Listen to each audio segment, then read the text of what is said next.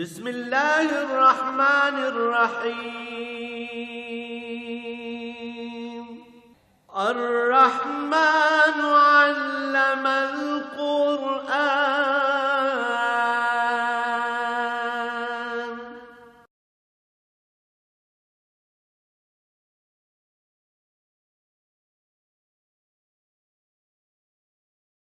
الحمد لله رب العالمين والصلاة والسلام على حبيبه محمد وعلى آله وصحبه أجمعين. أعوذ بالله من الشيطان الرجيم. بسم الله الرحمن الرحيم.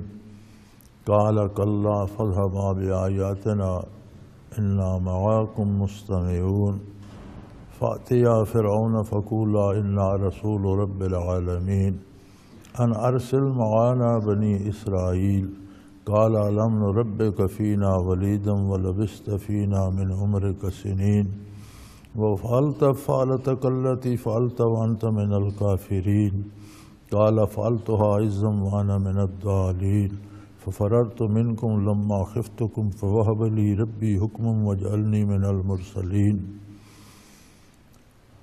اللهم سبحانك لا علم لنا إلا ما علمتنا إنك أنت العليم الحكيم.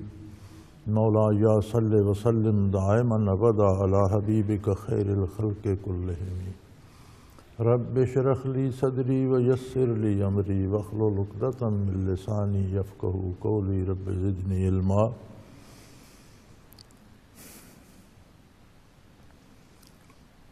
چنانچہ موسیٰ علیہ السلام نے عرض کیا کہ بار الہ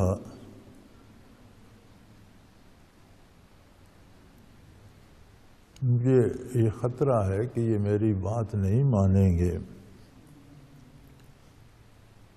فطری طبی طور پر میرا دل بھی تنگ ہوتا ہے، میری زبان میں بھی روانی نہیں ہے، تو آپ میرے بھائی ہارون علیہ السلام کو بھی میرے ساتھ کر دیجئے. پھر ایک اور خطرہ بھی ہے وَلَهُمْ عَلَيَّ ذَنْبٌ، ان کا ایک جرم بھی میرے ذمہ ہے. فَأَخَافُ أَنْ يَقْتُلُونَ، تو مجھے یہ خطرہ بھی ہے کہ وہ میری بات سننے سے پہلے ہی مجھے قتل کر دیں. ارشاد ہوا کَلَّا، یہ کچھ بھی نہیں ہوگا، یہ سب کچھ نہیں ہو سکتا. فَاذْهَبَا بِآيَاتِنَا، آپ کو ہم نے معجزات عطا کیے ہیں اور آپ ان معجزات کے ساتھ دونوں بھائی تشریف لے جائیں. چنانچہ ان کی دعا پر ہارون علیہ السلام کو بھی نبوت عطا ہو گئی، وہ بھی صاحب وحی ہو گئے. فرمایا فَاذْهَبَا، آپ دونوں تشریف لے جائیں. ہم نے آپ کو معجزات اور نشانی بھی عطا کی ہیں، اور پھر سب سے بڑی بات یہ ہے اِنَّا مَعَكُمْ مُسْتَمِعُونَ، ہم آپ کے ساتھ ہیں اور سب کچھ سن رہے ہیں.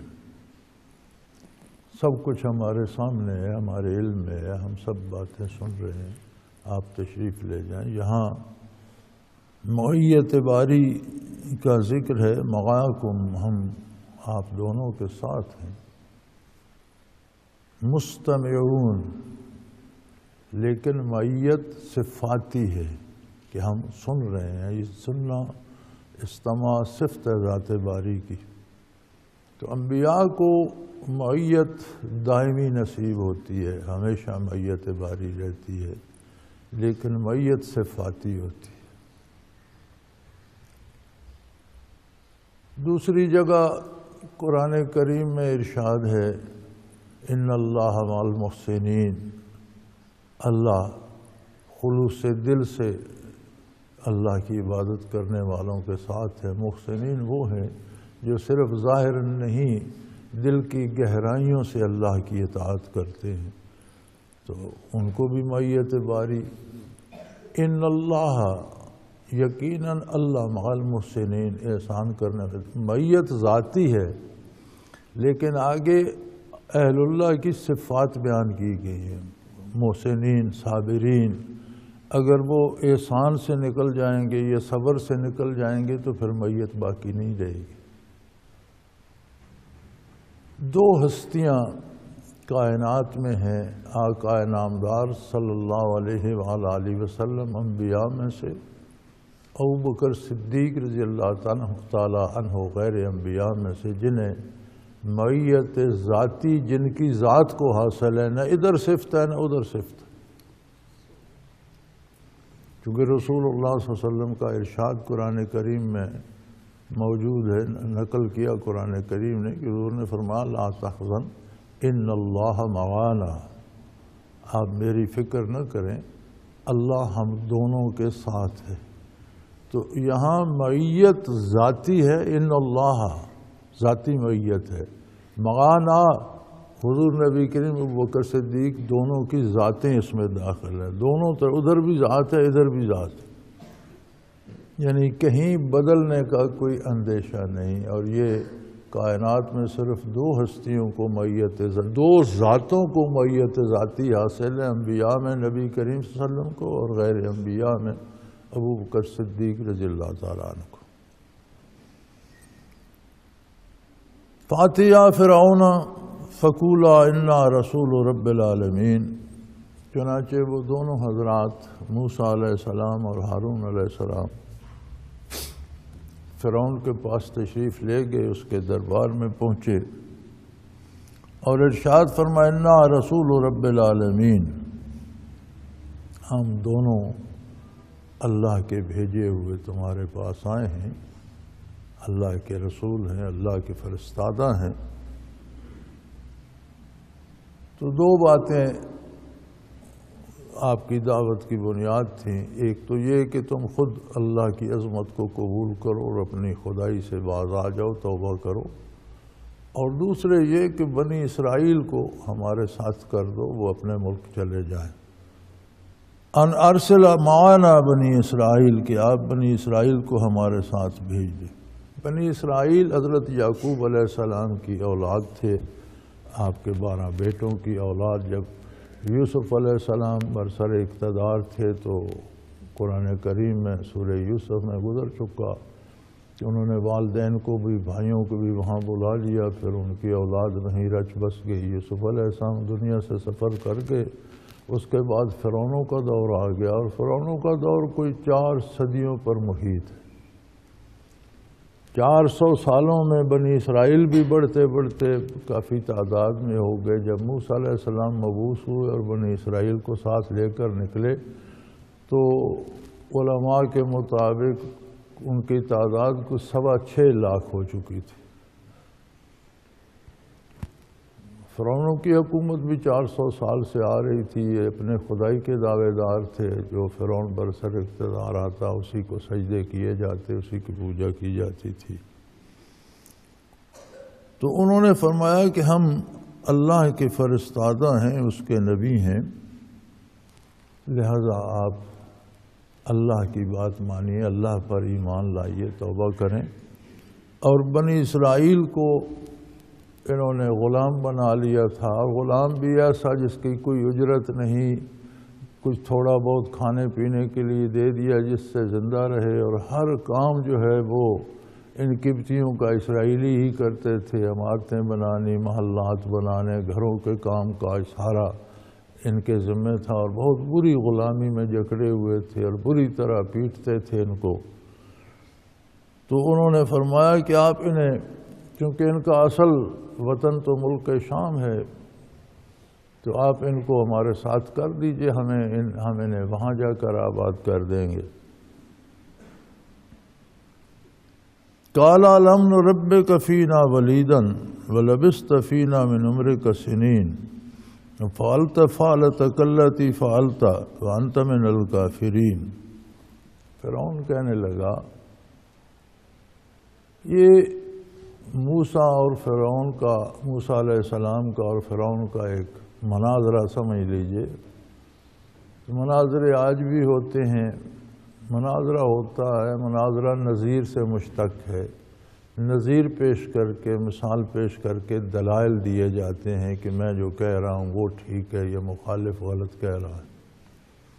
تو جب تک کسی کے پاس دلیل ہو وہ دلیل دیتا ہے، جس کے پاس دلیل نہ ہو وہ کج بیسی کرتا ہے، ادھر کی بات ادھر کر دی اور غیر متعلقہ بات چھیڑ دی، وہ چھوڑ کے اور بات چھیڑ دی۔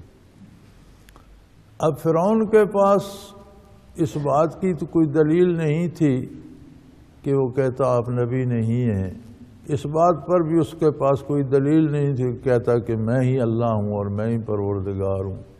یہ دونوں باتوں کی دلیل تو اس کے پاس تھی نہیں، چنانچہ اس نے کج بیسی کی ابتدا بھی کہنے لگا الم نربک فینا ولیدا، بھئی آپ کا تو بچپن یہاں گزرا ہے، ہم نے آپ کی پرورش کی ہے، آپ ایک دن کے تھے کہ ہم نے آپ کو دریا سے پکڑا اور پھر آپ کو پالا پوسا جوان کیا۔ وَلَبِثْتَ فِينَا مِنْ عُمْرِكَ السِّنِينَ، اور برسوں پھر آپ ہمارے ساتھ رہے، ہم نے کوئی ایک دن 2 دن 4 دن نہیں، آپ پر بڑا احسان کیا، آپ کو جوان کیا۔ وَفَعَلْتَ فَعَلَتَكَ الَّتِي فَعَلْتَ، اور پھر آپ نے وہ کام کیا جو آپ کو یاد ہے، جو آپ کر چکے ہیں۔ وَأَنْتَ مِنَ الْكَافِرِينَ، آپ تو بہت ناشکرے نکلے، آپ نے تو بہت، وہ واقعہ جو قبطی قتل ہو گیا تھا اس کی طرف اشارہ ہے، چونکہ قبطیوں کو تو بڑا یہ متبرک سمجھتے تھے کہ ان کے سامنے آنکھ بھی اسرائیلی نہیں اٹھا سکتے تھے۔ تو موسیٰ علیہ السلام بازار سے گزر رہے تھے تو کسی اسرائیلی کو کوئی قبطی پیٹ رہا تھا، آپ نے بیچ بچاؤ کرانا چاہا تو وہ قبطی آپ سے بھی اکڑ گیا، آپ نے اسے مکہ مار دیا، وہ اتفاق سے مکہ ایسا سخت لگا کہ وہ مر گیا۔ تو دوسرے دن پھر وہ تو شور مچ گیا فرعون کے عہد میں، پھر اس کے شہر دارالخلافہ میں قبطی کا مارا جانا تو بڑا جیسے کوئی بہت بڑا ظلم ہو گیا، پوری حکومت ہل گئی، قبطیوں کے سامنے تو کوئی آنکھ نہیں اٹھا سکتا تھا۔ دوسرے دن اتفاق پھر یہ ہوا کہ موسیٰ علیہ السلام گزرے تو وہی اسرائیلی پھر اور کسی قبطی سے پٹ رہا تھا اور مار کھا رہا تھا، جھگڑا کر رہا تھا۔ تو آپ نے ارادہ تو کیا اس قبطی کو روکنے کا اور اسرائیلی کو بھی جھڑکا کہ تم بھی اچھے آدمی، روزانہ تم ہی جھگڑا کیے کھڑے ہوتے ہو۔ اس نے سمجھا شاید مجھے مارنے لگے ہیں اور انہوں نے مکہ جڑ دیا تو میں بھی اسرائیلی کی طرح، اس قبطی کی طرح مر جاؤں گا۔ تو وہ چلا اٹھا کہ آپ نے کل بھی تو ایک بندہ مار دیا تھا مکہ مار کے، اب آپ مجھے مارنا چاہتے ہیں، آپ اصلاح نہیں کرنا چاہتے، آپ جابر اور اپنا بننا چاہتے ہیں طاقتور۔ تو وہ بات نکل گئی فوراً فرعون تک اور اس کے اہل دربار تک پہنچ گئی۔ تو آپ اپنے کام سے کہیں جا رہے تھے تو وہاں کوئی شخص دوڑتا ہوا اہل دربار میں سے آیا اور اس نے اطلاع دی کہ دربار میں فیصلہ ہو چکا ہے کہ موسیٰ علیہ السلام کو قتل کر دیا جائے، وہ آپ کو قتل کر دیں گے یا آپ نکل جائیں۔ چنانچہ آپ وہاں سے نکل گئے اور پھر چلتے چلتے مدین پہنچے شعیب علیہ السلام کے پاس، پھر وہاں ان کی صاحبزادی سے ان کی شادی ہوئی، 8 سال یا 10 سال وہاں رہے۔ پھر وہاں سے گھر کو چلے واپس مصر کو، تو راستے میں طور میں کوہ طور پر پھر اللہ کریم کا حکم نازل ہوا اور مبعوث ہو گیا، بعثت کا وقت آ گیا اور وہاں پھر احکام ملے، معجزات عطا ہوئے اور حکم ہوا کہ جاؤ فرعون کے پاس۔ تو فرعون نے وہ طعنہ دیا کہ بھئی آپ کو تو ہم نے ننھا منا بچہ لیا تھا، پھر آپ کی پرورش کی، پھر آپ کے ایک جوانی تک، جوان ہونے تک ہمارے محلات میں پرورش پاتے رہے، اور پھر آپ نے ہمارا ہی بندہ قتل کر دیا۔ اچھا آپ نے بدلہ دیا ہماری نیکی کا کہ ہمارا بندہ ہی آپ نے قتل کر دیا، ہمارا ایک ملازم مار ڈالا، آپ بہت ناشکر ثابت ہوئے۔ انہوں نے فرمایا قال فعلتها عزا وانا من الضالین، میں نے جب وہ بندہ مرا تو غلطی سے وہ بندہ مرا، من الضالین میں غلطی کرنے والوں میں تھا، میں اس کے قتل کا ارادہ نہیں رکھتا تھا، میں تو بیچ بچاؤ کرا رہا تھا، اسے مکہ لگا اور وہ مر گیا، تو اتفاقاً مر گیا، میں نے ارادتاً اسے قتل نہیں کیا کہ آپ مجھ پر الزام لگا رہے ہیں۔ تو یہ قتل عمد نہیں تھا، اتفاقی حادثہ تھا انا من الضالین، مجھ سے غلطی ہو گئی. ففررت منکم لما خفتکم، پھر مجھے جب آپ لوگوں کا خوف آیا اور تو نے میرے قتل کا فیصلہ کیا اور مجھے اطلاع ہوئی تو میں یہاں سے چلا گیا.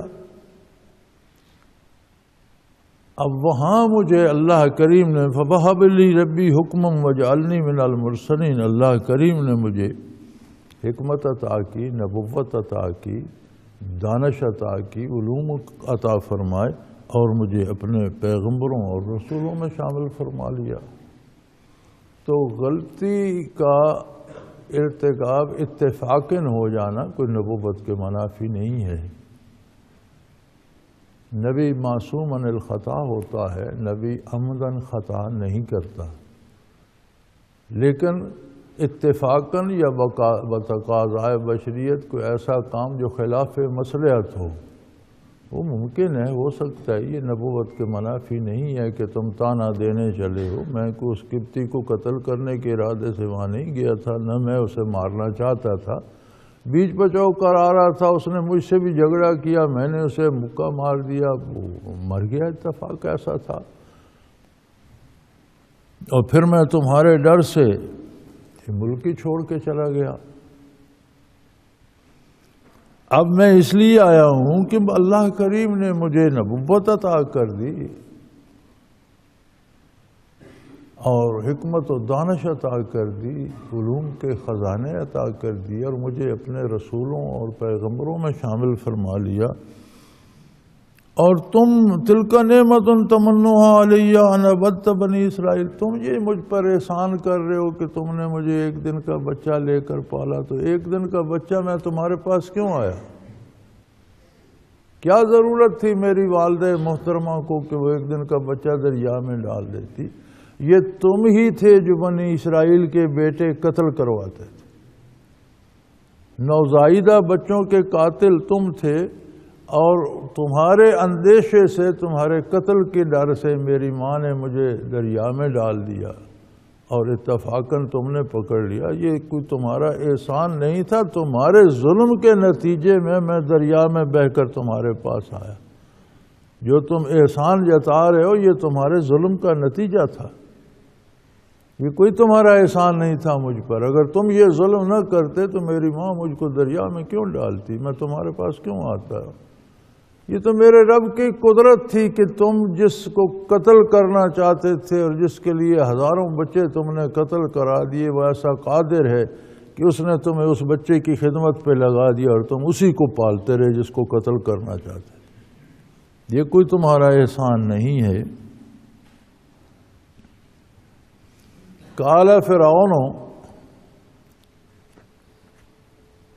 وما رب العالمین، جب فرعون ادھر سے عاجز ہو گیا، آپ نے دلائل سے بات کی، یہ بھی ثابت کر دیا کہ تمہارا احسان نہیں، یہ تمہارے ظلم کا نتیجہ تھا. تو پھر کہنے لگا کہ اچھا تمہارا جو جسے تم رب العالمین سارے جہانوں کا رب کہتے وہ ہے کیا؟ وما رب العالمین، اس کی کنیت، اس کی ذات ہے کیا؟ انسان ہے، فرشتہ ہے، جن ہے، کون ہے؟ ذات باری تعالیٰ کی کنہ انسانی علوم اور عقل میں نہیں آ سکتی، اس لیے کہ وہ خالق ہے. کائنات ساری مخلوق ہے، انسان، جن، فرشتے، ہر چیز مخلوق ہے. مخلوق کا علم بھی مخلوق ہے، اسے جو عطا ہوا ہے اس کی استعداد کے مطابق ہے. جو چیزیں مخلوق کے علم کے اندر آ جائیں وہ بھی مخلوق ہیں، کیونکہ خالق مخلوق کے اندر نہیں سما سکتا. اس لیے ذات باری پر بحث نہیں کی جاتی، نہ کوئی سمجھ سکتا ہے نہ سمجھا سکتا ہے. صفات باری پہ بات ہوتی ہے کہ وہ قادر ہے، وہ خالق ہے، وہ رازق ہے، وہ رحم کرنے والا ہے، وہ حساب لینے والا ہے. تو یہ ساری صفات ہیں، بات صفات پہ ہوتی ہے. لیکن اسے تو کج بحثی کرنی تھی، تو کہنے لگا کون ہے بھائی اور کیا ہے؟ کون کے بجائے بھی وہ ماں سے مراد یہ ہوتی ہے کہ ہے کیا، اس کی حیثیت کیا ہے، وہ جن ہے، فرشتہ ہے، انسان ہے، کیا ہے، رب العالمین کیا ہے، وما رب العالمین۔ جواب جو موسیٰ علیہ السلام نے دیا وہ حقائق پہ مبنی تھا، اور وہ دلیل تھی، اور وہ اللہ کی صفات کے بارے تھی۔ فرمایا قال رب السماوات والارض وما بینہما، وہ پالنہار ہے آسمانوں کا بھی زمینوں کا بھی، اور جو کچھ ان میں یعنی ساری کائنات کا پالنے والا، پیدا کرنے والا، بنانے والا، قائم رکھنے والا وہ ہے۔ ان کنتم موقنین، اگر تمہیں بات ماننی ہو، اگر تمہیں یقین کرنا ہو تو اس پہ غور کرو کہ یہ آسمان کوئی اتفاقاً بن گئے، ان میں ایک وسیع نظام ہے، اور فرشتے ہیں، اور کیفیات ہیں۔ پھر زمین، تمہارے پاس تو ایک سیارہ زمین ہے، اسی کی وسعتوں کا اندازہ کر لو، اس میں کتنی تخلیق ہے، جڑی بوٹیوں اور گھاس پھوس سے لے کر پہاڑوں اور دریاؤں اور چشموں، نہروں، ندیوں، انسانوں، حیوانوں اور بے شمار مخلوقات کی تم گن نہیں سکتے۔ ان سب کو بنایا کسی نے، پھر ان سب کو کوئی پال رہا ہے، ان سب کو حیات و موت سے کوئی گزار رہا ہے، ان کو صحت، بیماری، روزی، رزق، دن رات، یہ سارے ان کے زندگی کے نظام کو جو چلا رہا ہے وہی رب ہے۔ میں اسی کی بات کر رہا ہوں۔ اگر تمہیں ماننا ہے، جھگڑا کرنا تو ایک اور بات ہے، اگر تمہیں بات سمجھنی ہے، تمہارا ارادہ سمجھنے کا ہو، تو یہ ساری کائنات اور اس کا ایک ایک ذرہ اس کی عظمت پہ گواہ ہے۔ قال لمن حولہ الا تستمعون، وہ اپنے اہل دربار سے جو ارد گرد بیٹھے تھے کہنے لگا سن رہے ہو؟ میں نے پوچھا کیا ہے، یہ جواب کیا دیتے ہیں؟ میں نے کہا وہ ہے کون، اور یہ کہتے ہیں وہ خالق ہے، وہ مالک ہے، وہ رازق ہے۔ میں اور پوچھتا ہوں، یہ اور ذرا سنو تو صحیح۔ قال ربکم ورب آبائکم الاولین، موسیٰ علیہ السلام نے فرمایا وہ تمہارا بھی رب ہے، تمہیں بھی اس نے پیدا کیا۔ اگر تم خود پیدا کرنے والے ہوتے تو 4 صدیوں میں تمہارے کتنے آباء و اجداد گزر گئے، تم خود کیوں مرتے؟ تم نے بھی مر جانا ہے، تمہارا باپ مر گیا، تمہارا دادا مر گئے، 400 سال میں تمہاری کم و بیش 12 پشتیں گزر گئیں، تو تم پیدا کرنے والے ہوتے تو خود کیوں مرتے؟ اور جو خود معدوم ہو جاتا ہے یا مر جاتا ہے وہ پیدا کرنے والا نہیں ہو سکتا۔ وہ تمہارا پیدا کرنے والا اور پالنے والا، تمہارے پاس جو رزق ہے، جو دولت ہے، جو اقتدار ہے، جو کھاتے ہو، جو پیتے ہو، جو دل کی دھڑکن ہے، جو ایک ایک سیل چل رہا ہے، اسے بھی پیدا کرنے والا وہی ہے جس کی طرف میں تمہیں دعوت دے رہا ہوں، اور تمہارے آباء و اجداد کا پیدا کرنے والا بھی وہی ہے۔ قال ان رسولکم الذی ارسل علیکم لمجنون، فرعون کہنے لگا سن رہے ہو، ایسے لگتا ہے یہ جو تمہاری طرف رسول بھیجا گیا یہ پاگل ہے۔ میں سوال اور کرتا ہوں، یہ جواب اور دیتے، حالانکہ کج ویسی وہ خود کر رہا تھا۔ یہ جواب تو وہ نہیں دے سکا کہ نہیں بھی آپ جو کہہ رہے ہیں اس رب نے آسمان نہیں بنائے، میں نے بنائے۔ اپنی ربوبیت کا مدعی جو تھا تو کہتا میں نے بنائے، کہتا زمینوں کا مالک میں ہوں، میں خالق ہوں، میں نے پیدا کیے، یہ نہیں کہا اس نے۔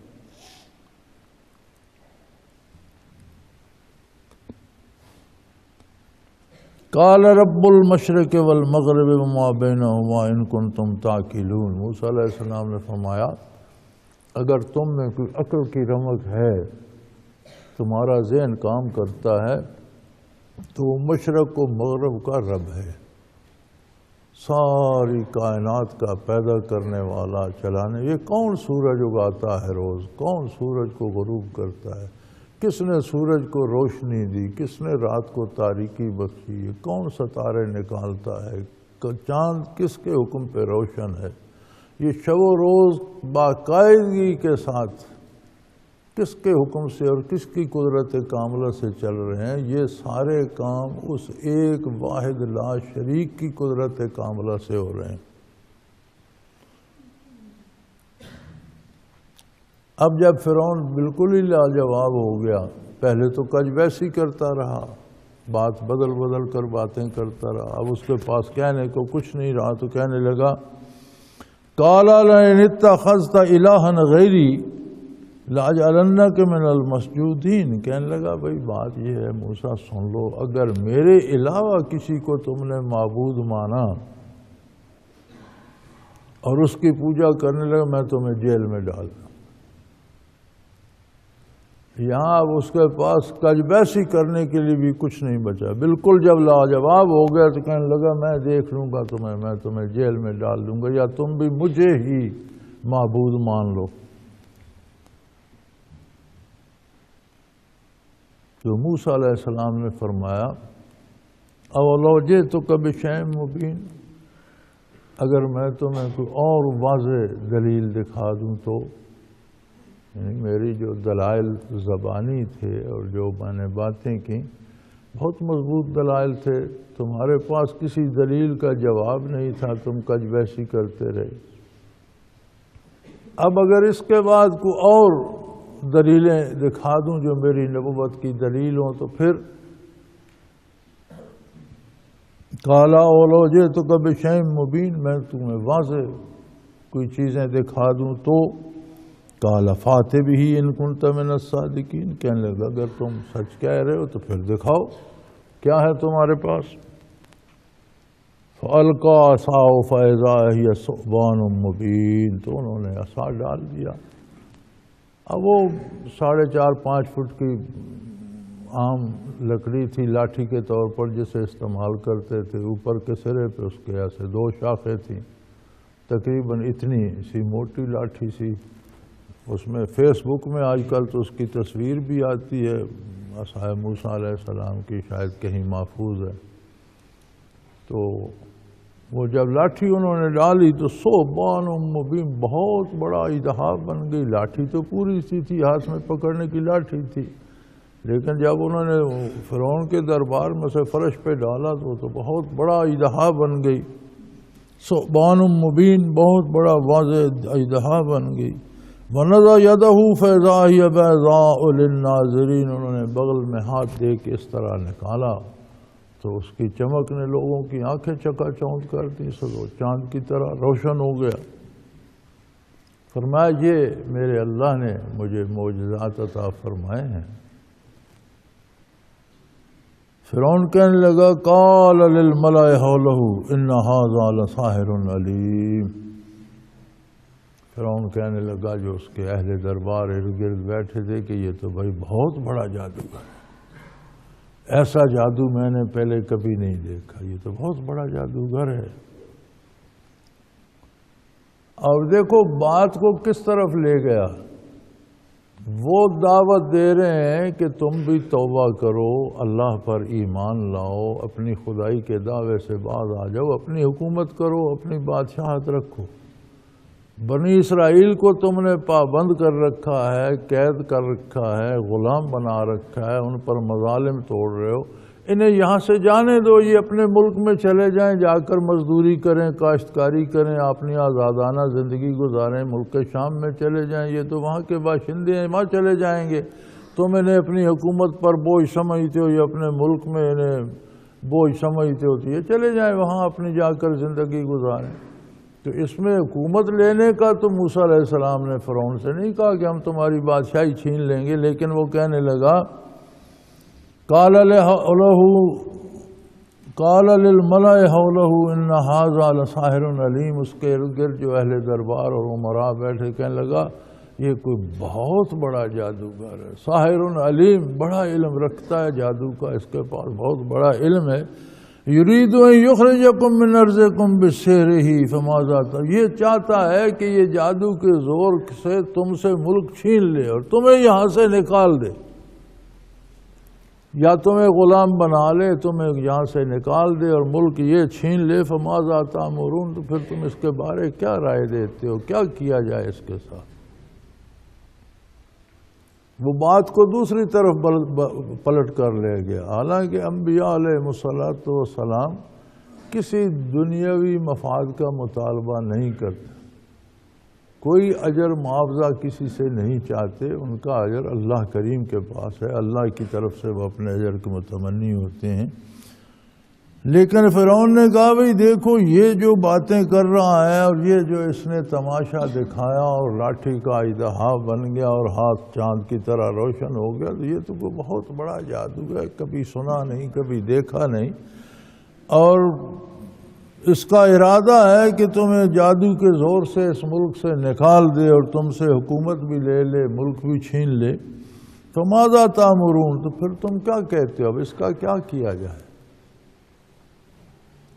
تو اہل دربار نے کہا قالوا ارجعہ واخاہ، کہ انہیں اور ان کے بھائی کو آپ واپس بھیج دیجئے، ان سے تعارض نہ کیجئے، بلکہ جس چیز سے انہوں نے، اگر یہ جادو سے ہم پر غلبہ پانا چاہتے ہیں تو ہمارا کام بھی ہے کہ ہم جادو سے ان کا مقابلہ کریں،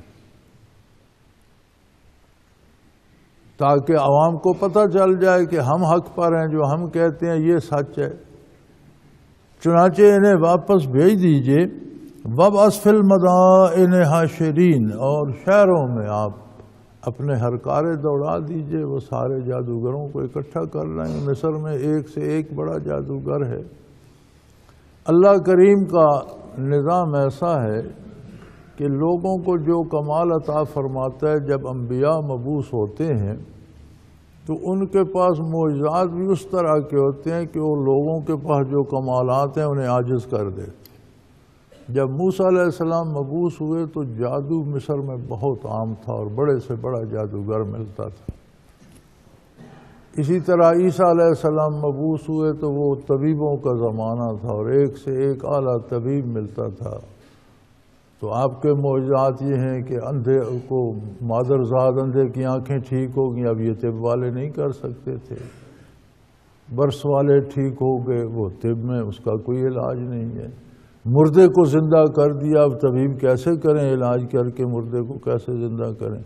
تو ان کے معجزات اس عہد کے جو لوگوں کے پاس کمالات تھے ان کو عاجز کر دیتے تھے۔ نبی صلی اللہ علیہ وسلم مبعوث ہوئے تو بہت علم کا دورہ تھا، یہود کے علماء تھے، عیسائیوں کے علماء تھے، پھر اہل عرب ایک سے ایک بڑھ کر مضمون نویس اور شاعر اور قادر اور کلام لوگ تھے۔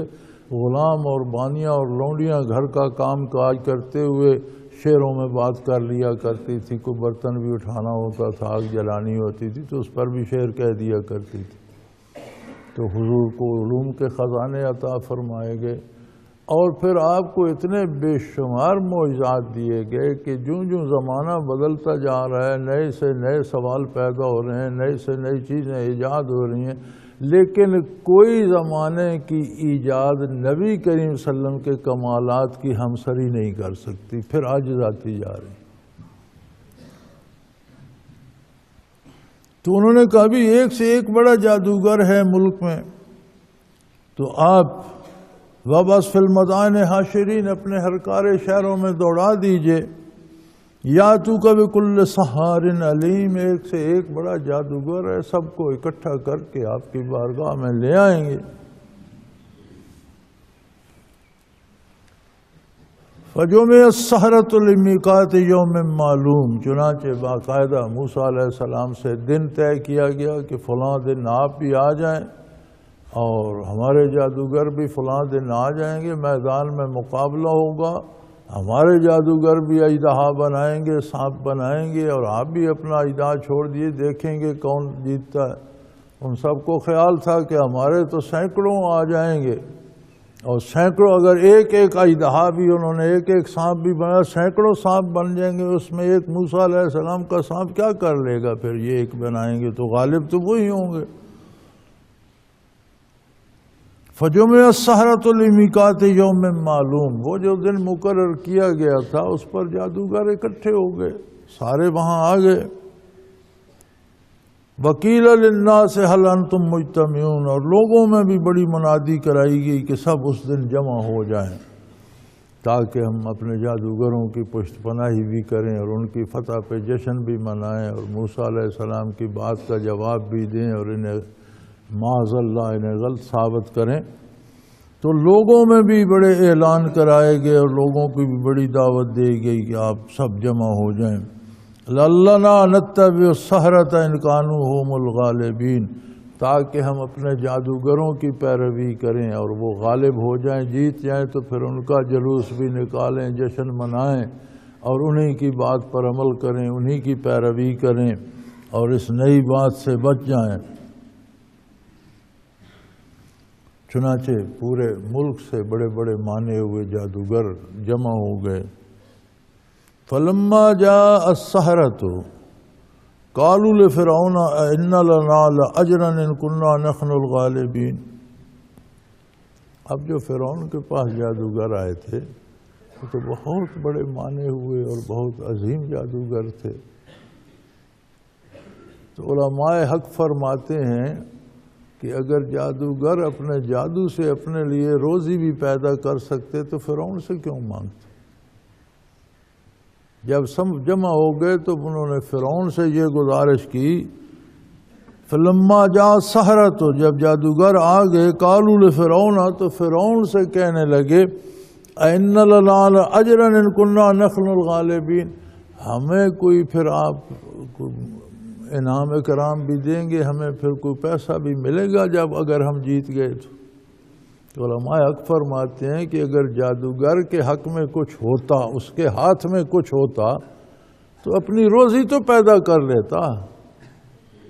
اپنے لیے تو روزی فرعون سے مانگ رہے ہیں، تو اس کا مطلب ہے شعبدہ بازی ہے. جادو میں حقیقت کچھ نہیں ہوتی، صرف نظر کا دھوکہ ہے یا خیالات کا دھوکہ ہے اور کچھ نہیں ہوتا. جادوگر سے ڈرنے کی ضرورت نہیں ہوتی. آج کل ہمارا مسئلہ یہ ہے کہ کم و بیش ہر بندہ اسی وہم میں مبتلا ہے، مجھ پر جادو ہو گیا. یار اللہ کا خوف کرو، جادوگروں کے اختیار میں کچھ نہیں ہوتا، وہ نہ آپ کا کچھ بگاڑ سکتے ہیں نہ سنوار سکتے ہیں. وقتی طور پر نگاہوں کو دھوکہ دے سکتے ہیں، چیز اور ہے، نظر اور آ سکتی ہے، اور اس چیز کی بھی حقیقت بدلتی نہیں، اس کی ماہیت بدلتی نہیں. قلب ماہیت حرام ہے. جس چیز کو اللہ نے لکڑ بنایا وہ لکڑ ہی رہتی ہے، سانپ نہیں بنتی. جادوگر اگر جادو کرے گا تو آپ کو سانپ جیسی لگنے لگ جائے گی. یہ آپ کی قوت متخیلہ کی کمزوری ہے. اگر آپ اس کے روب میں نہ آئیں، اس سے ڈریں نہیں، اس کی بات پر یقین نہ کریں، تو پھر آپ کو دھوکے سے بھی وہ سانپ نظر نہیں آ سکتا. تو قلب ماہیت تو حرام ہے. جو چیز اللہ نے جیسی پیدا کی ہے ویسی رہتی ہے، اسے کوئی تبدیلی ہو نہیں سکتی. ہاں، انبیاء کے معجزات الگ ہیں. جب موسیٰ علیہ السلام پھینکتے تھے تو جو اژدہا بنتا تھا وہ واقعی اژدہا ہوتا تھا. وہ صرف یہ نہیں کہ دیکھنے میں اژدہا لگتا تھا، وہ ہوتا ہی اژدہا تھا، اس لیے کہ وہ اللہ بناتا تھا. وہ قادر ہے، جس چیز کو چاہے جیسا چاہے بنا دے. تو لوگوں کو بھی بڑا ڈنڈورا پیٹا گیا، بھئی سب جمع ہو جاؤ تاکہ ہم جادوگروں کی پیروی کر سکیں اور ان کے بڑے جلوس نکالیں اور جشن منائیں ان کی کامیابی کا. اور جب جادوگر جمع ہو گئے تو فرعون سے کہنے لگے اِنَّ لَنَا لَأَجْرًا إِن كُنَّا نَحْنُ الْغَالِبِينَ، جتنا بڑی تیری سلطنت ہے، جتنی عظیم دولت ہے تیرے پاس، جتنی بڑی تیری شان ہے، اس کے مطابق ہمیں پھر انعام بھی تو اتنا ہی ملنا چاہیے جیسی آپ کی شان ہے.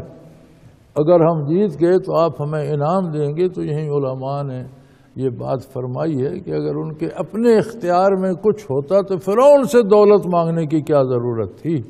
جادو کے زور سے سونے کے پہاڑ بنا لیتے. تو فرمایا یہ سب دھوکہ ہے، اس سے ڈرنے کی ضرورت نہیں. ہاں، ہماری کمزوری یہ ہے کہ ہم نے رزق کے معاملے میں حلال حرام کی تمیز چھوڑ دی ہے. سود بھی کھاتے ہیں اور چوری زوری بھی کھاتے ہیں اور رشوت بھی لیتے ہیں اور ڈاکے بھی کرتے ہیں. اللہ کی یاد چھوڑ دی ہے، ہماری پیشانیاں سجدوں سے محروم ہیں، اللہ کا نام لینا چھوڑ دیا ہے. تو جب بندہ بالکل ہی غیر مسلح ہو جائے، اس کے پاس اپنا ہتھیار کوئی بھی نہ ہو، تو پھر اسے ماں و شمع جس کی مرضی لوٹ لے. پھر اس سے شیطان کھیلتا رہے یا جادوگر اس سے کھیلتے رہیں تو کھیلتے رہیں. بندے مومن حلال کھانے والا 5 وقت کا نمازی، اس پر کوئی جادو اثر نہیں کرتا، کوئی جادوگر اس کا کچھ نہیں بگاڑ سکتا۔ قال نعم وانکم اذا لمن المقربین، فرعون نے کہا بہت بڑا انعام ملے گا تمہیں، بے شک تمہیں انعام ملے گا، تم ایک دن کے انعام کی بات کرتے ہو، دولت بھی دوں گا اور تمہیں ہمیشہ اپنے اہل دربار میں کرسیاں دے دوں گا، تم میرے مقربین میں شامل ہو جاؤ گے۔ ایک دن کی دولت تو ایک دن ہوگی، تو تم اہل دربار میں سے ہو جاؤ گے تو روزانہ دولت کی بارش برسا کرے گی تم پر، اور تم میرے مقربین میں ہو جاؤ گے۔ دوسری جگہ قرآن کریم میں ہے کہ جادوگروں نے پوچھا تھا موسیٰ علیہ السلام سے کہ آپ پہلے اپنا کمال دکھاتے ہیں یا ہمیں اجازت ہے ہم کریں؟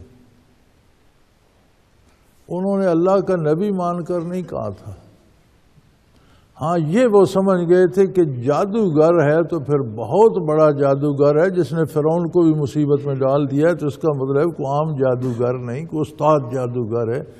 تو ادب کیا تھا کہ ان سے پوچھ لینا چاہیے، اجازت لینی چاہیے۔ علماء حق فرماتے ہیں کہ وہ جو ادب انہوں نے جادوگر سمجھ کر کیا تھا، ادب تو نبی کا کیا تھا، ان کی وہ بات اللہ کو پسند آ گئی اور انہیں ایمان لانے کی توفیق دے دی۔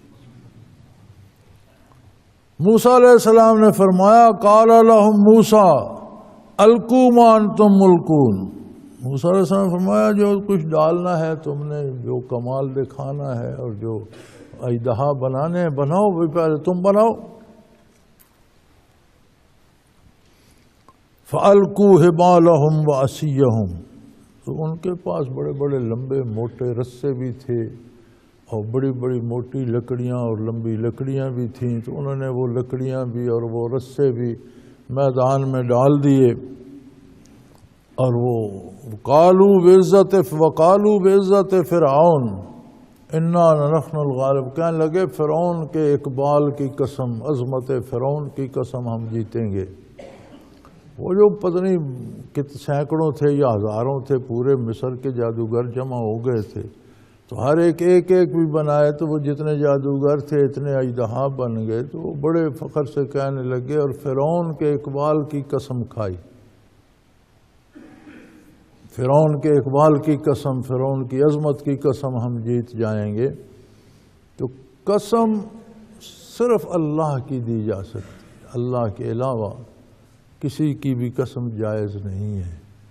جیسے جادوگر عظمت فرعون کی قسم کھا رہے ہیں، ایسے ہمارے ہاں بھی آج رواج ہے، کسی بزرگ کا مقبرہ دیکھا تو اس کی قسم اٹھا لی، اور کوئی قرآن کی قسم کھا رہا ہے، اور کوئی تمہارے سر کی قسم، تمہاری جان کی قسم، یہ ساری غلط اور ناجائز ہیں اور حرام ہیں۔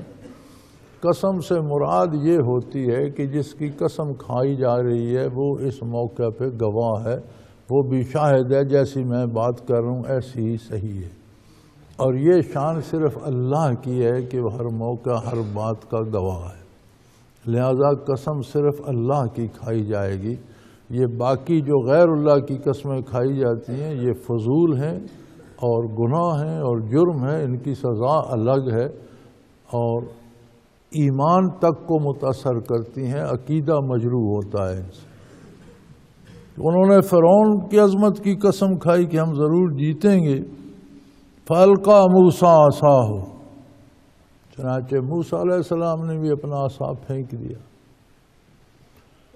اب جو انہوں نے لاٹھیاں اور وہ گیلیاں اور لکڑیاں اور رسے ڈالے تھے، وہ لوگوں کی نگاہوں میں سانپ بن گئے تھے، حقیقتاً سانپ نہیں تھے۔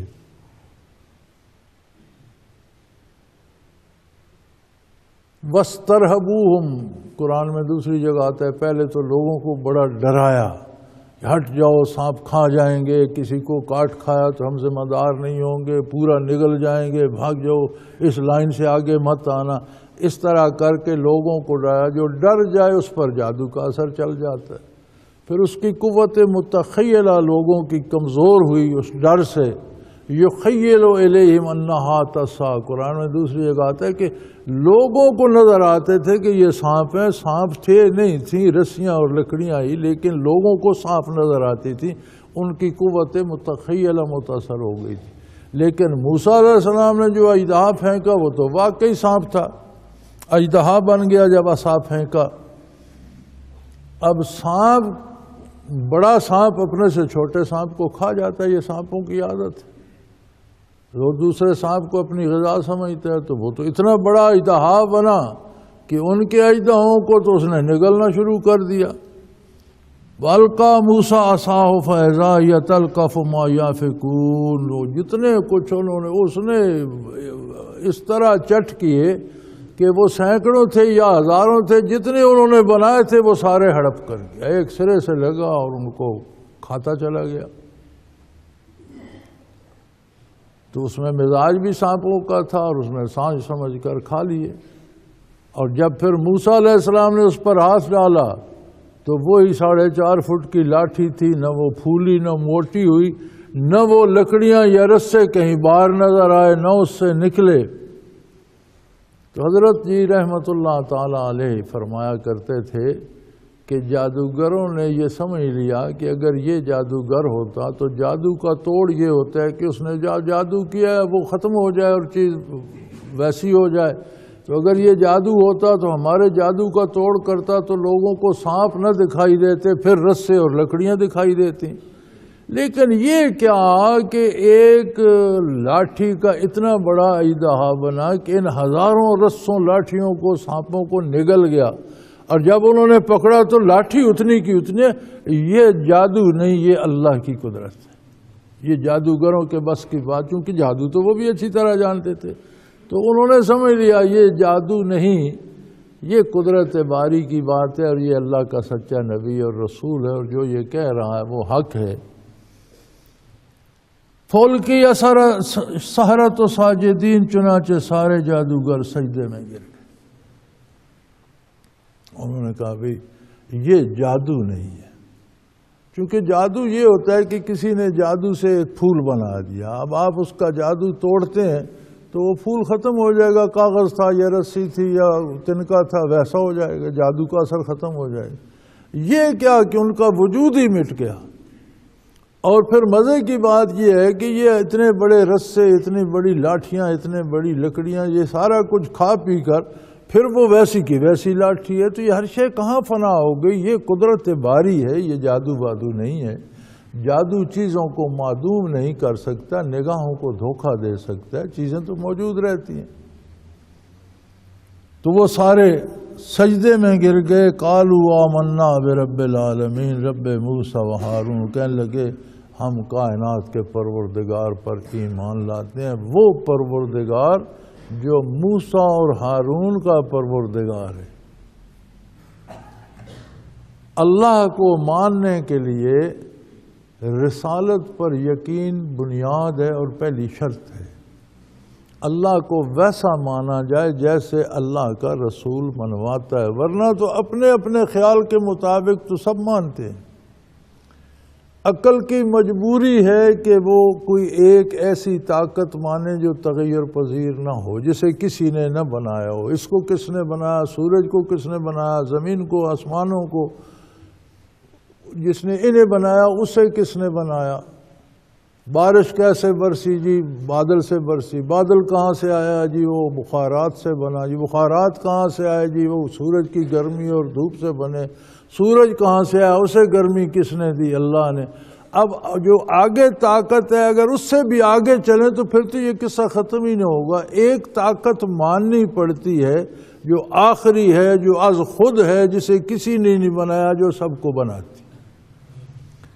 اب اس کو کیسے مانا جائے؟ لوگ اپنی اپنی رائے، اپنے اپنے خیالات، اپنے اپنے پیش روؤں کے عقیدے کے مطابق مانتے ہیں۔ یہ اللہ کو ماننا نہیں ہے۔ اللہ کو ماننا یہ ہے ویسا مانا جائے جیسا اللہ کا رسول منواتا ہے۔ جیسے یہاں انہوں نے تعیین کی ہم رب العالمین پہ ایمان لے آئے تو کافی تھی، نہیں فرمایا نہیں یار، ہر لوگ اپنے اپنے انداز میں رب مانتے ہیں، ہم وہ رب اس طرح مانتے ہیں جس طرح موسیٰ اور ہارون علیہ السلام منواتے ہیں۔ اسی لیے ہمارے فقہ میں علماء نے لکھا ہے کہ بچے کو جب آپ اللہ کا تصور دیتے ہیں تو اسے بتائیں میں اس اللہ کو ویسا ہی مانتا ہوں جو حضرت محمد صلی اللہ علیہ وآلہ وسلم جو مکہ مکرمہ میں پیدا ہوئے، جنہوں نے مدینہ منورہ ہجرت فرمائی، جو اللہ کے رسول ہیں، جیسا وہ منواتے ہیں میں ویسا مانتا ہوں۔ اپنے طور پر مانے رکھنے کی کوئی حیثیت نہیں ہے، ویسا مانا جائے جیسا انبیاء علیہ السلام ماننے کا حکم دیتے ہیں۔ تو انہوں نے فوراً تعیین کر دی، کہنے لگے ہم پروردگار عالم، تمام جہانوں کے عالم پر پروردگار پر ایمان لاتے ہیں اور اسے ویسا ہی مانتے ہیں جیسا موسیٰ اور ہارون علیہ السلام منواتے ہیں، جیسا جو ان کا رب ہے وہی ہمارا رب ہے۔ قال آمنت لہ قبل ان آذن لکم، فرعون بھڑک گیا، اس نے کہا بھئی تم مجھے بتائے بغیر، میری اجازت بغیر کیسے ایمان لے آئے؟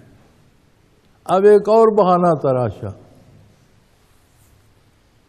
جس سے ہماری موجودہ زبان میں ہم سیاست کہتے ہیں نا۔ سیاست یہی ہوتی ہے کہ اپنے لیے اقتدار تلاش کرنا، پھر اس اقتدار کو قائم رکھنا، اس کے لیے جو کوششیں محنتیں کام کیے جاتے ہیں اسی کو سیاست کہتے ہیں نا۔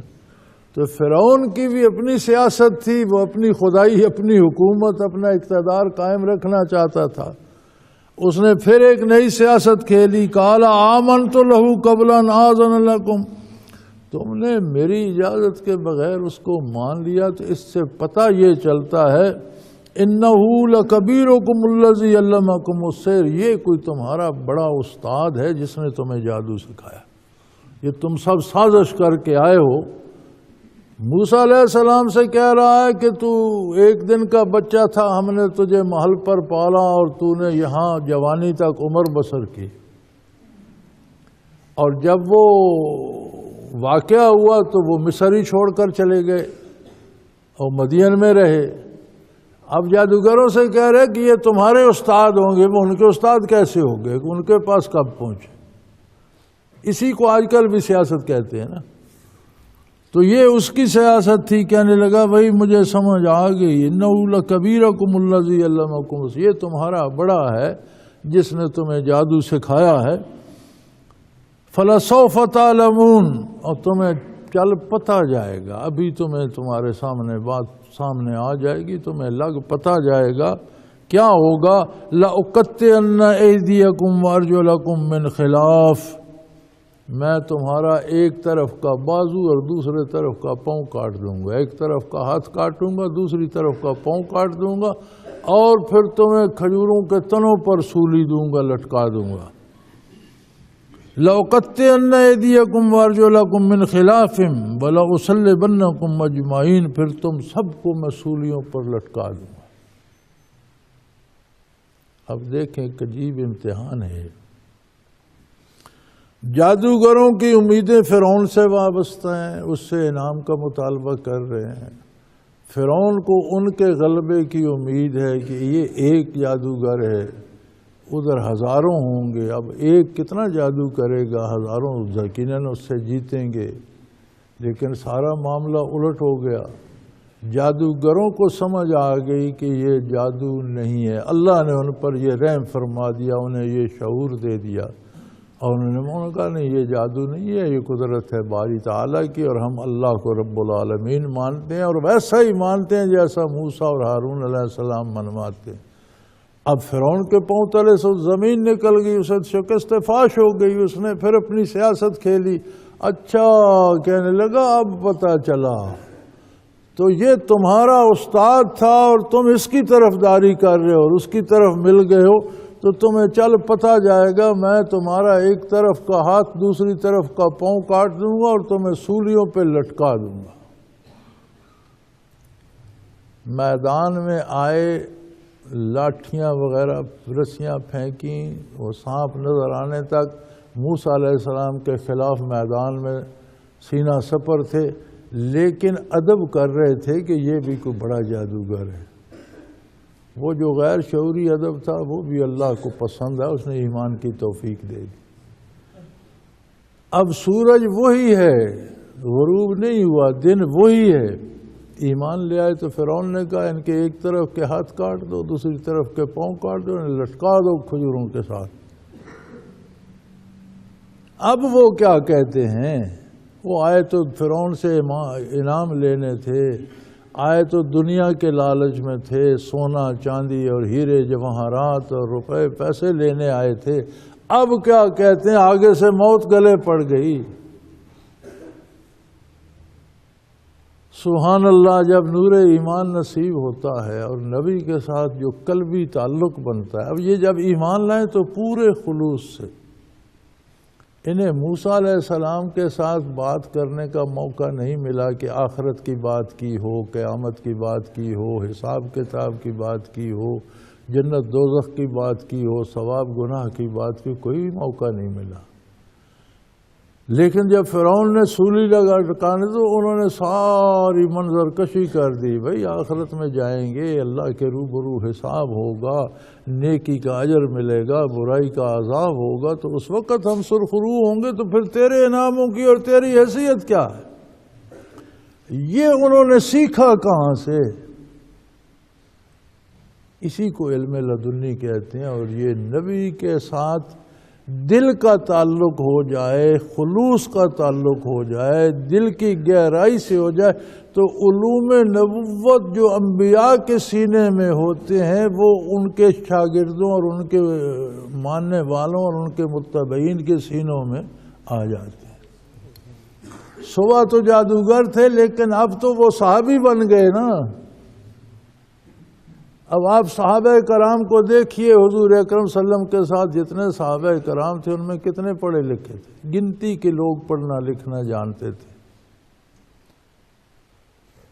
سارے کسی نے کوئی کتابیں نہیں پڑھی، کوئی مدرسہ نہیں دیکھا، لیکن بڑے بڑے ماہر فن اور مفتی اور محدث اور مفسر پیدا ہوئے، اور بڑے بڑے عظیم انسان اس امت میں پیدا ہوئے جن کو اللہ نے بہت وسیع علوم عطا فرمائے۔ لیکن جب کسی صحابی کی بات آتی ہے تو سب کی گردنیں جھک جاتی، خاموش ہو جاتے ہیں کہ جو صحابی نے کہا وہ ٹھیک ہے۔ یہ اتنا بڑا علم صحابہ کے پاس کہاں سے آ گیا؟ یہ وہ نور تھا جو سینہ اطہر سے ان کے سینوں میں منتقل ہوا، ان کے قلوب اطہر میں منتقل ہوا کہ ان میں خلوص تھا۔ یہاں یہ علوم موسیٰ علیہ السلام کے سینے سے ان کے دلوں میں منتقل ہو گئے، اور وہ فرعون سے کہنے لگے لا ظہرا، لگا دو سولی، ہاتھ پاؤں کاٹ تو کیا ہوگا؟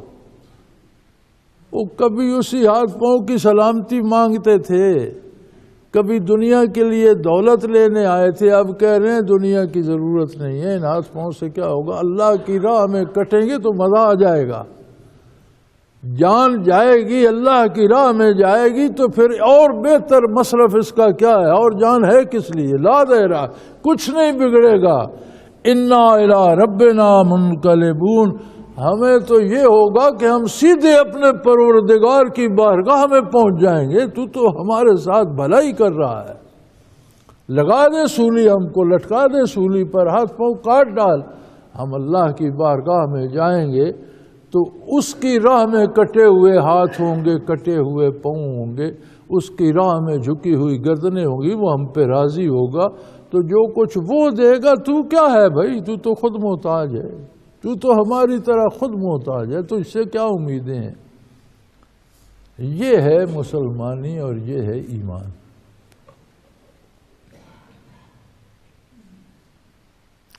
ہم پر اللہ کا احسان ہے، ہم صدیوں سے مسلمان ہیں، مسلمانوں کے گھروں میں پیدا ہوئے، زمین پہ قدم رکھتے ہی دنیا میں وارد ہوتی ہمارے کانوں میں اذانیں سنائی گئیں۔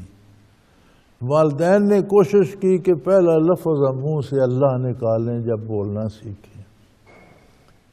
پھر دنیا کے علوم ہم نے حاصل کیے، محنت کی، کر رہے ہیں، اپنے لیے اعلیٰ سے اعلیٰ جگہ بنانا چاہتے ہیں۔ کبھی ہم نے بھی یہ سوچا ہے کہ ہماری جان اللہ کی راہ میں چلی جائے، ہمارا مال اللہ کی راہ میں خرچ ہو، کبھی کوئی ایسا لمحہ آ جائے کہ ہم اللہ کی بارگاہ میں جائیں۔ ہم تو قبرستان سے گزرتے ہوئے ڈرتے ہیں، ہم قبرستانوں سے نہیں گزرتے، کیوں بھائی؟ ڈر لگتے، بھائی ڈر، وہ تو بیچارے مر چکے، دفن ہو گئے، وہ تمہارا کیا بگاڑیں گے؟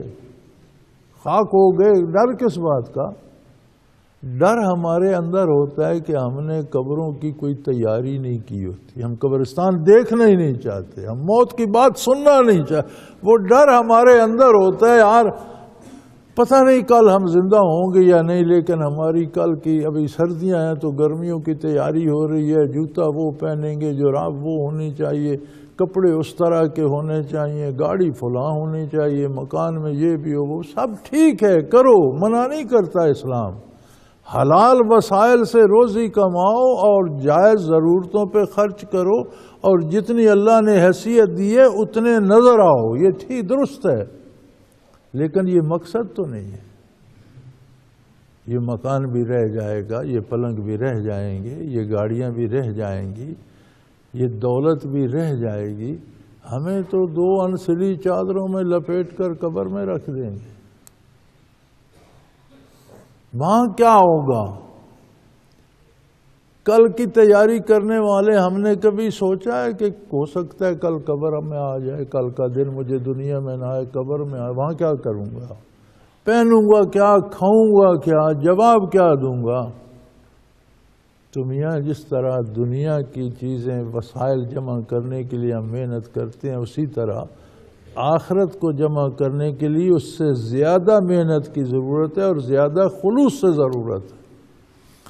اب ان کا معاملہ تو سدھر گیا، یہ تو نبی کے صحابی ہو گئے، کتنے فخر سے کہہ رہے ہیں کہ بگڑے گا کیا؟ تو ہاتھ پاؤں کاٹ دے، سولی لگا دے، ہماری اللہ کے حضور باریابی ہو جائے گی، اور کیا ہے؟ ہمارا بگڑے گا کچھ نہیں، سنورے گا، ہم تو اپنی منزل پہ پہنچ جائیں گے۔ قالوا لا ضیر، کوئی حرج نہیں، انا الی ربنا منقلبون، ہم اپنے پروردگار کی بارگاہ میں پہنچ جائیں گے۔